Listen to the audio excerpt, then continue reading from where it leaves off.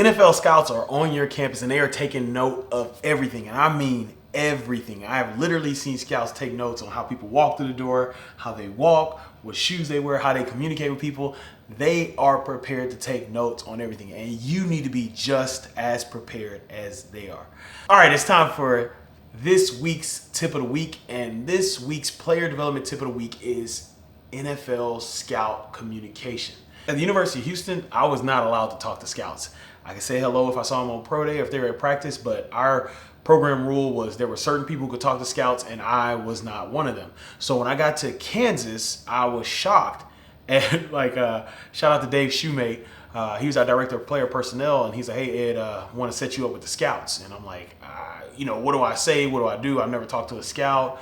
I called my guy, Alex Brown, and I was like, Alex, man, what do I tell these guys? And he was just like, man, just be honest, tell them what they need to know, and only tell what you do know.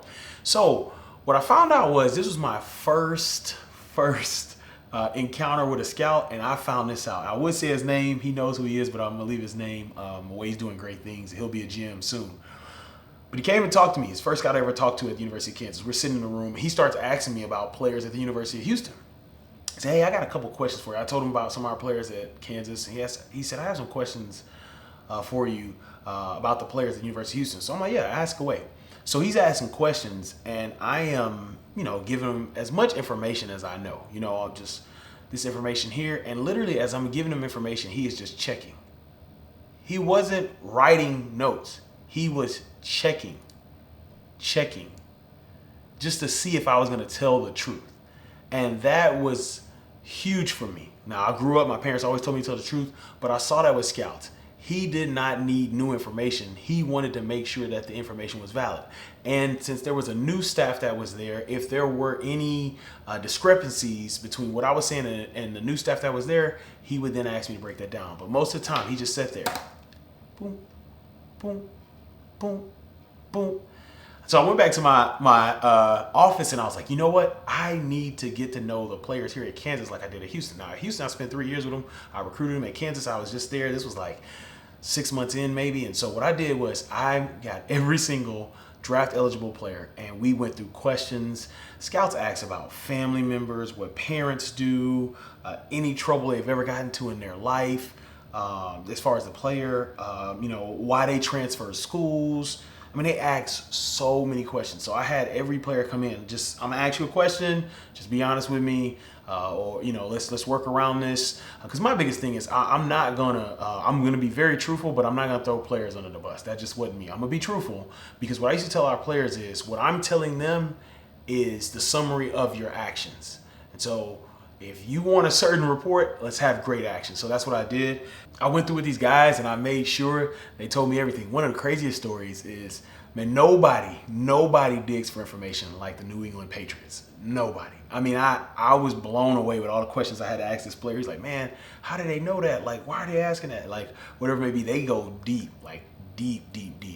And so I always told my players, just tell me what I need to know because I do not want to lie to these scouts. Now, one thing I did do is I started creating notes. And so I had a document on my desk when I would talk to these scouts. It would have the date, what team I talked to, and what notes I needed. So if they did ask a question that I did not know, I would then be able to go to the athlete, get the answer for that question, and get back to the scout.